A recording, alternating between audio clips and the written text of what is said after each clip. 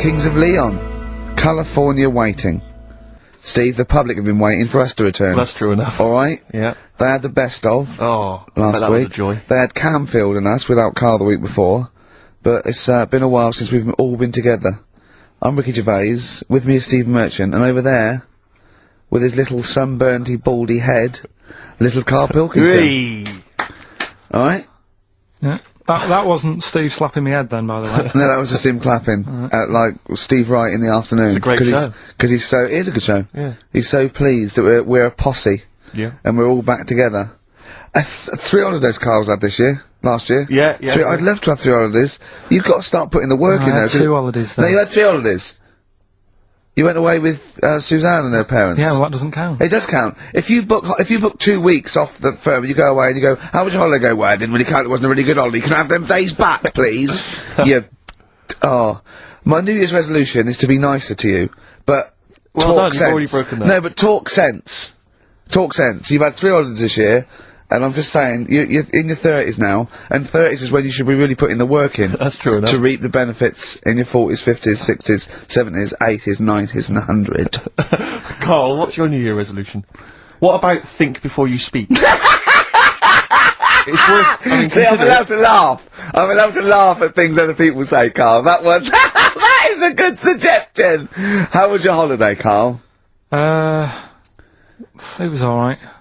Right, brilliant. But that, I don't see, on the kind of, on the ratio of, good to bad in Carl's mind, that might be amazing, because we never It might be even amazing, see the mightn't places it? of anything. I'll tell you what, can we have, you know, a cracking little tune, and then come back and hear about Carl's holiday? I'd love to do that. Let's keep it tight. Let Me Tear Us Apart by Joy Division. Now, I can't put my finger on it, but that doesn't sound like the original, and it's off a compilation. It sounded a bit fast. I think the vocal was slightly different. If anyone can, you know, put me out of misery, I think it might be in a session of the time or something. Carl, this is a New Year resolution for you, another one. Maybe when we ask you to get a song, get the original, single version. I could be and wrong, not some but obscure session. Yeah, it does seem different, doesn't it? Very odd. Yeah. Yeah. Maybe we just remember it wrongly. But anyway, that's XFM for you. 104.9, I'm Ricky Gervais with me, Steve Merchant. Karl Pilkington. Carl, you went to Lanzarote. People said don't go to Lanzarote. They told you it was Lanzarote. They told you, were they right or wrong? They were right, yeah. Really? Yeah, it's a bit ropey, yeah. Is it? Why? Just, out there. If it wasn't for the volcano they had, they'd been knackered. That's their big draw, is it? That's it, basically. That's all they've got going for them. When you landed, was it really hot? Were you quite excited? You were thinking this is okay? It was warm. It was, you know, we can't complain about the weather. The weather was alright. Sure. You know what I mean? That's what I went for, but it'd be nice if there just was something else. Yeah. What did you do all day then? Did you read your ritual book? No, I didn't read that. I read that book. Do you know the book that I bought and all the chapters were messed up? Oh yeah. I bought a better version of that. Alright. And I read that. Excellent. And then, Did it make more sense in order? yeah, a lot easier to follow. Yeah. And then we went and had a look at the volcanoes and that. They've got 36 of them to look at. How many did you look at before you realised that you know, pretty much, you've seen one volcano, you've seen them all? Probably about 6 or 7. Really? And then when you got to the 8th, you thought, now I know what this is going to be, Suzanne. This is going to be like a mountain with a hole in the top. Yeah. Really? But it happened years ago as well. It's like, just keep a couple, fill the rest in, tidy it up. Fill the rest in! Yeah, no, Well, yeah. getting some builders. No, seriously though. Okay, 4 million tons of concrete, please. They're an absolute death trap. Yeah, what? Yeah. What do you mean, fill them in? Do you know what a volcano is? Just a hole, isn't it? That's happened. Well, it's more than a happened back hole. It's in- more a portal to the magma in the centre of the earth. Back in 1730 it happened, and they still haven't sorted it out. Well, when you say it happened, volcanoes were made a lot longer ago No. than No, 1730. but the one that did Lanzarote in. Right. Sort it out. What would you suggest? How tidy can they up. fill it in? It's joined. It's all joined. No, but what I'm And saying is, it was the a- big it was- plates of the earth are all joined. It All was the a disaster, magma's wasn't it? joined. With the trade centre thing, that happened. They cleaned it up, sorted it out, they've moved on. That's what I'm saying. Whereas Lanzarote have just gone, leave it. It happened back in 1730. You misunderstand me. How, in the name of God, can you fill in a volcano? You ignorant twit. No, but it's not just the holes. They've actually left the lava everywhere. That's what I mean. It's not just the big holes, there's lava everywhere. But it's molten rock. They can't just pick it up like they're like a carpet. Put it in the holes are there ready, just push it all in. That's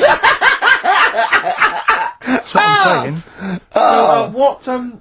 What exactly is there then? Is it just a kind of moon-like kind of surround with just kind of dust and rock? That's exactly what you see. I was there when the Mars thing went wrong. Yeah. I would have just sent a camera crew there, filmed a bit of that, right, and say, here we are, this is it. Ignored a little coffee shop in the background. Right? This is Mars, because that's where it's like just loads of dust. Holes everywhere. Tidy it up. Little round-headed aliens complaining. It's just like Mars. So, is there what's the best bit about the holiday? Come on, pretend you're Judith Chalmers. I have been doing. I would have done all that. I would have said that. Don't bother. Well, I mean, the hotel was good. Yeah? That was alright. What was that like? It's alright. Just, clean. That's all you want, isn't it? See, that's not quite what Judith Chalmers does. She doesn't go, what's the hotel like? Alright, yeah, clean, innit? Alright. Well, what was it like? What was it? 3-star? 4-star? Did it have a swimming pool? What was the room like? Had a swimming pool and that. Yeah? Yeah, it's good. I think it was one of the better ones on the island. Okay. Nightlife? Wasn't really. Bars? Wasn't really in it. There was a bar, there was some bands playing. Yeah. Not very good.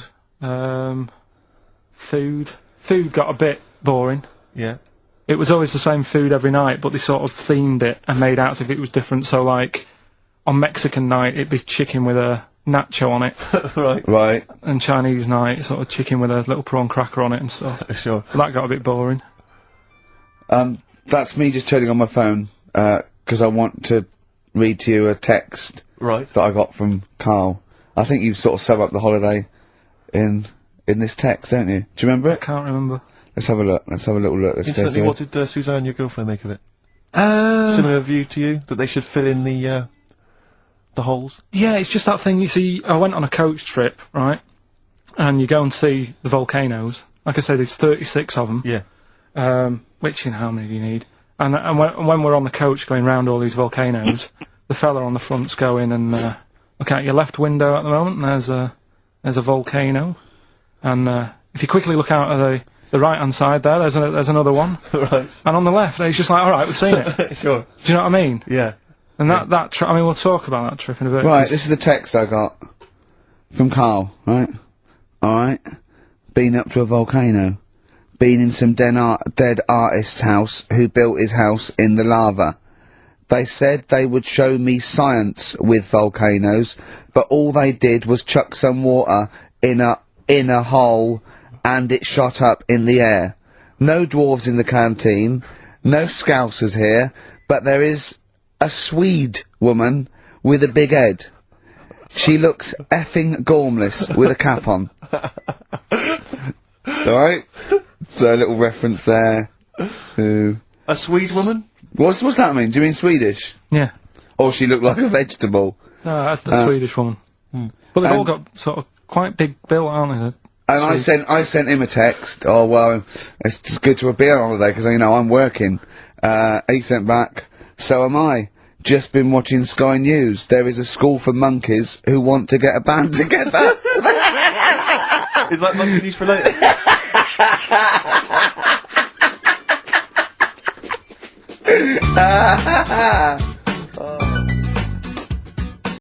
Now, you probably know me from such works as The Office and Extras, Stephen being my co-writer and co-director on those things.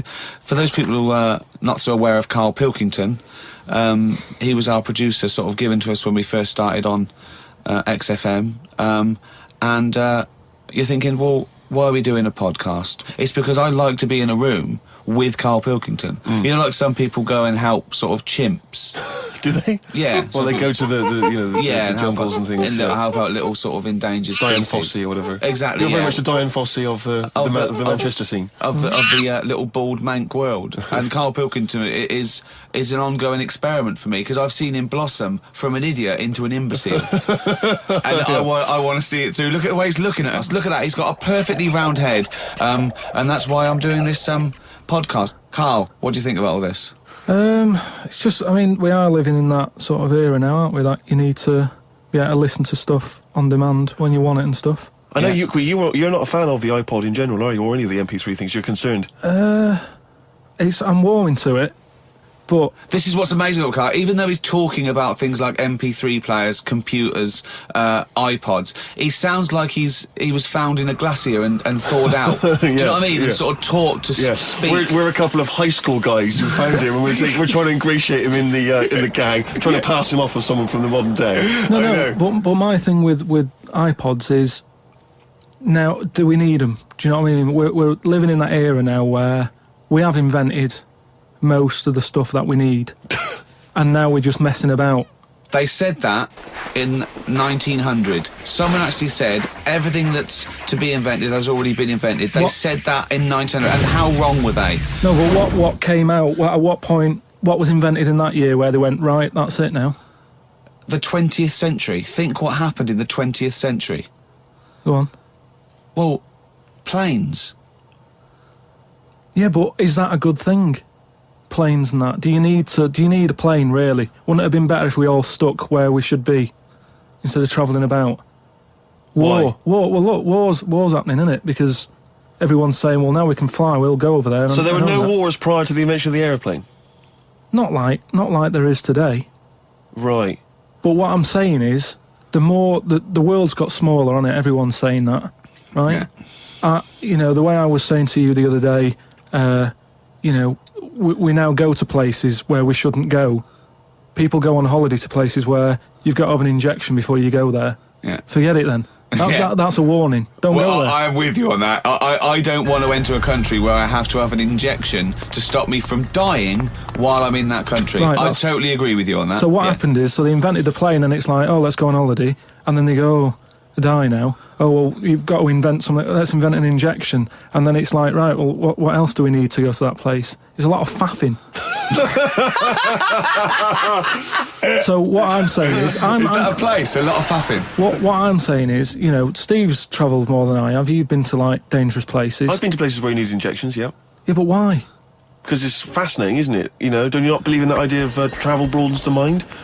It makes you experience other ways of life, other ways of thinking. It just enriches you as a human being. That's the whole reason people go travelling. But since the invention of the telly, you don't have to go that far to see it. You're absolutely right. So there you go then. The telly was the 20th century, wasn't it? Yeah, it's pretty good. So where would you stop then? You'd stop making stuff now? Stop inventing stuff right now? If we're going to invent something, right, forget, like, the traditional way of people having kids, right? The way they, have it away in that. What do you mean? What do you mean? No, like the way that, we have kids and stuff. If it'd be good if what happened was to control it is if man and woman, right, they're born and that, they enjoy their life, they learn a lot, they live to be about 78, I think, by that point. So specific. Yeah, 78, No, yeah. but by 78, I reckon you've sort of got to that point where you go, do you know what, I've done everything I'm going to do. If you haven't bungee jumped by the time you're 78, you're not going to do it. No. You know what I mean? So it's kind of like... Your hips come off. You've done it all now. Yeah. And then you die, right? So, say if everyone had that, they lived to be 78. But then, just as you die, you have a little baby inside you, and as you die, your life carries on. Sorry. How is this happening? Sorry, are you mental? No, but don't you think... I mean, what? I've never heard such drivel. You're saying that, but if Newton said it, you'd go, interesting. That's what annoys me. The point is, Carl, he never would. No, He'd never say it, that's the point. But if you never say it, I don't understand what you're talking about there. How was it? How is there a little baby in a 78-year-old? No, what I'm saying is it's like an apple, where the apple grows and it's got its little baby pips in it, and the apple goes and the seeds are planted and a new one's born. But that's what happens. But that is what reproduction is. Yeah, but I'm saying babies aren't being born left, right and centre. It's controlled so that as someone dies, someone's born. But Carl, stop. Whose responsibility is Look, this? if you don't want to do it, we won't do it. But I'm is it just supposed to be nature? Has nature got to develop humans so that we act that way? We live that way? Or is this a scientific experiment? He said to you then, he said, look, if you don't want to do it, we don't need to do it. Like, if you were up for it, we'll sort it out. We can do that. We'll have a whip round so we can do the research. I just think, at the end of the day, we've got to do something. and is anyone keeping an eye on this and looking at what we can do next to control the population thing? It does my head in that I've got to live in London for work and what have you, and there's loads of people here, and, you know, forget going out on a Saturday night, it's too busy, and you can't move, and they keep... I mean, what annoys me about London So is... your solution is that 78-year-old women have little babies inside them, and as they slip away into death, the little babies... And how is that baby then raised? Who looks after the baby? Because it's a pretty good system, having a baby while you're young enough to look after that baby and make sure it lives to, you know, reproductive age itself. I mean, that system's been working for years. Nature's sort of sorted it out. Natural selection and evolution sort of makes that a good model. But wait a minute, nature. Pop that on hold, because Karl Pilkington's got an idea. Yeah. That's what it was, just an idea. Yeah, well, it was nonsense. But thank you for it. The worst I mean, it was the ramblings of someone you'd find by themselves in a hospital eating flies. This is the sort of thing you find when, if they find maybe a pamphlet or a booklet written by a psychopath. You know, someone, just before they went on a rampage and then turned the gun on themselves, they go through their possessions and they find a book and it's got weird drawings, women with knives in their face, and this kind of garbage. In fact, I saw a similar sort of theory written out on a wall, but it was written in shit. Exactly. Yeah. No, all I'm saying is, I think it's, you know, when people die normally, everyone's fed up about it, aren't they, and a bit down. But if when you pass away, you go, oh, we're going to miss Gladys or whatever, but then there's this new life brought in, it's almost like a bad news, good but news. you're talking about it like someone could pick this idea up and run with it. Like you've given them enough information to do it. How is this possible? Where does she get the baby from? Why does it grow? Why grow it in Gladys's belly? Why not have it in a drawer? But what I'm saying ready to go, just add water. I mean... Who looks after son of Gladys? There is no theory here. There's no... It's the ramblings of a madman. What I'm saying is, though, the body's always changing, innit? From caveman to now, or whatever. In some cases. And they're always finding out more and more. Like I read the other day about how they're saying, do you know, like they say, people have 6 senses. Yeah. There's loads more than that. Right, and there's this one... I say, show me that you've got one. No, right, and there's this one that's knocking about. Go on. That, what it is, say if I'm in a pub, right, and I'm just doing a crossword or whatever. Unlikely, but go on. And there's some woman who's walked in, right, and she's staring at me. Yeah. I know she's looking at me, and I look up and I look round, she's looking at me. Right. And they're saying that's a new sense that they found out from, like, you know, doing tests and what have you. Yeah, it's rubbish. And they're saying okay. that's been around since like man and dinosaur was knocking about. They've stopped. No, they've explained I it. think it's safe to assume that, you know, that with your perfectly round head, people are always stopping and looking. No, but they explained You it. just know that there's probably going to be someone there if you look right. They said it's from the time when, like, caveman was, like, wandering about, and he'd go, hang on a minute, and he'd look round, there's a dinosaur there or whatever, and he'd leg it. This is nonsense. I hate it when people use the term when caveman was wandering around. Caveman and dinosaurs, oh, they used to live together, yeah. Oh, that's the same era. Yeah. What have you been watching? Raquel Welch? What do you mean? Well, what do you mean caveman wandering, knocking around with a dinosaur? You know the Flintstones is only partly based on fact. Dinosaurs and man did not coexist. The dinosaurs had long gone before man arrived. Extinct. Kaput. You don't believe us? What, you don't believe because you've seen... Because you saw that film where they took pictures of lizards and magnified them and put them next to men in films so they looked like they were fighting. Yeah. No, but why couldn't that have happened? What is the film with Raquel Welch? A Million Years BC. A Million Years BC or something. A Million Years BC. Brilliant. Yeah. Yeah. No, but... She had a sort of woolly mammoth bikini. Fact. But why wasn't the dinosaurs back then just like how we have dogs now, in a way? He's watching the Flintstones. He's thinking of the Flintstones. Yeah. That's what he's thinking. When he puts out the saber-toothed tiger, yeah, and then and he mixes his concrete in a pelican. Yeah. I just think that there must have been a crossover point. Why? Why did you say that? Why do you think there must have been a crossover point? Because if nothing was knocking about at any point, how did anything carry on? I know. Exactly. Why didn't Hitler meet Nero? It's weird, isn't it? There must have been a crossover. They must have met somewhere. They must have met at a party somewhere. They mixed in similar circles. Yeah. They must have bumped into... I can't believe it. Forget it. Oh. Hives there. on XFM 104.9. I'm Ricky Gervais. Steve Merchant. He's with you. Oh yeah. Yeah. Sentences and all He's that. just using the Well, you traditional pointed, English but language. you put me off. You pointed to yourself, and I just said Steve Merchant. You know what we do that every week. You introduce me. You Yeah. say with me, and I go Steve Merchant. No, yeah. So no, it's a catchphrase that everyone's waiting to hear No, it. but usually I go Ricky Gervais and you go with Steve Merchant. But this time you pointed to you, so I said it. But I didn't say it. It caught me off guard, so I didn't use the sentence.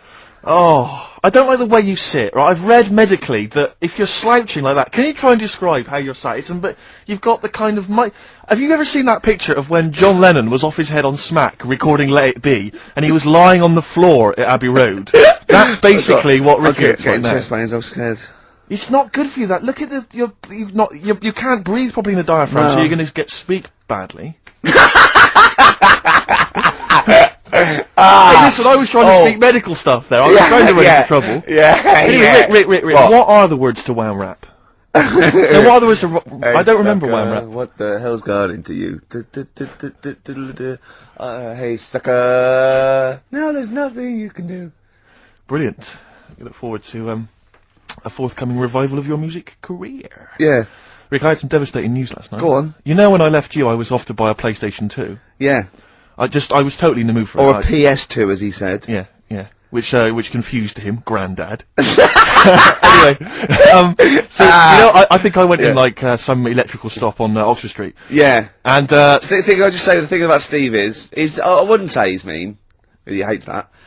He's careful, right? And he will spend days to get £1 off. Rick, 2.5 hours I walked around last No. night. I swear to God, I was walking to different shops, right? I went from Oxford Street to Piccadilly Circus, back again, along the length of Oxford Street, back again, all over the place, right? I realised I basically couldn't get a better deal than about 240 quid, right? For a console and a game. So I ended up in Virgin Megastore, I bought a Auto Grand Theft 3 or whatever, and a PlayStation and a memory card or whatever. So I shoot off, and I'm walking off, and I'm going to the tube, and I walk all the way to HMV, on, opposite Bond Street. Sure. And I just popped in there because I'd forgotten to get something. And I went downstairs, and I was walking past the, PlayStations, and it went, if you buy a PlayStation 2, you can get Grand Theft Auto 3 with £20 off. Oh. I was absolutely devastated. What did you do? I crumbled. I didn't know what to do. I was thinking of taking it back to Virgin Megastore, going, it's faulty. Well, how can it be faulty? You haven't even got it home yet. Oh, I can tell. No, I didn't mean to buy this, though. What did you buy? Keyboard. Exactly. So the problem is, when I get it back and I wire it up and that, all I can see is the cars are racing around the track. All I'm thinking is, it's like one of those cartoons when a really hungry bloke could just see his mate as like a big chicken. All I could see on the TV was just a £20 note just floating. It was an absolute night. I'm just devastated by it. 20 quid, I could have bought like another cheap game for that. We went to did I tell you this? Rick, would you give me £20 and then I'll shut up about it? yeah, we went to the casino once, a group of us, and I lost about 100 quid, and it was a, great, it was someone's birthday, I think it was Jane's birthday, and Steve, after 3 hours of gambling, had lost the £20 he got out to play with, right? I was going, you're really gutted, aren't you? He just went, have you any idea how much cheese I could get for £20? Yeah. Cold meats. Yeah. For £20, and there it is again last night. £20. I'm robbed of £20.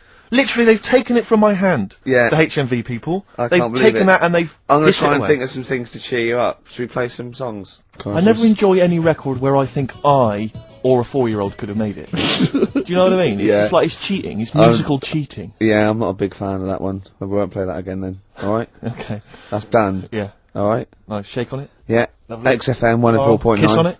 Kiss on it, touch on it. Carl came in this morning and he said he was soaking wet because obviously it's miserable out. And actually, if you're thinking of leaving the house today and thus missing the show, do not leave because it's miserable out. It's like a weather report as well. We play music, we've got chat, we have little jokes, don't we? But Carl came and it's raining. He said he was soaking wet. Yeah. I said to him, Rick would want you to do it. I want you to do it. Yeah. Just take your clothes off. Pop them over there. But do you know what? And he wouldn't. And he said I was going to do it, but I knew you'd say that. But when you left us in the kitchen when he was making coffee, he went, yeah, Steve said if you're wet, take your trousers off. And I thought, hold on, Ricky's not here. What's he up to? Little thoughts. No, I was talking on behalf of Rick. I phoned him up. I said he's wet. What shall I suggest? Well, I said, well, I was in his ear. He had earpiece, and I was going, tell him it's bad for him. Yeah. And I could hear him go, it's bad for you. And you go, well, no, I go, no, tell him it could. Rheumatism. Yeah. It could lead to rheumatism. Take them off. Carl, speak. No one's heard your voice today. Come on, Carl. He doesn't want to. No, I know he doesn't. We won't talk to you much, but Go on. it's just nice to say hello to you. Yeah. Right. I think people quite like They tune to in, know they you're like to hear here. you. Yeah. We've had some fan mail. I like his little face, his little Moby. I drew a picture of him in the week, just doodling, and he got really insulted. Did he? Why did you get insulted? Because it wasn't very good. I looked like Ian Camfield, like.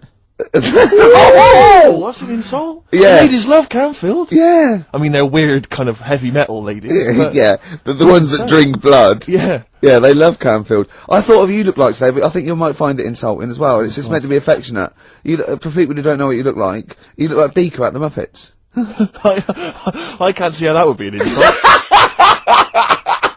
Oh God, we don't need to put it like that. It is, but it's sort of like, I like Beaker. Yeah. Yeah. Yeah, but you like him because he's a fool. He just goes, what does he say? Yeah.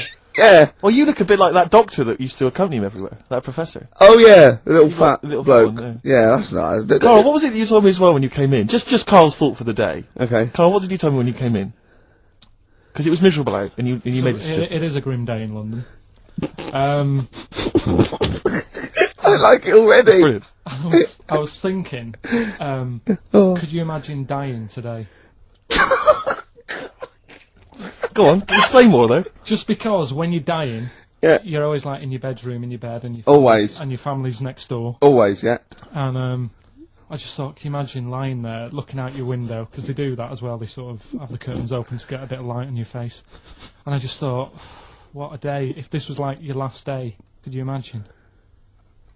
But then go on, you made XFM, another... No, you 104.9. made another even more profound point.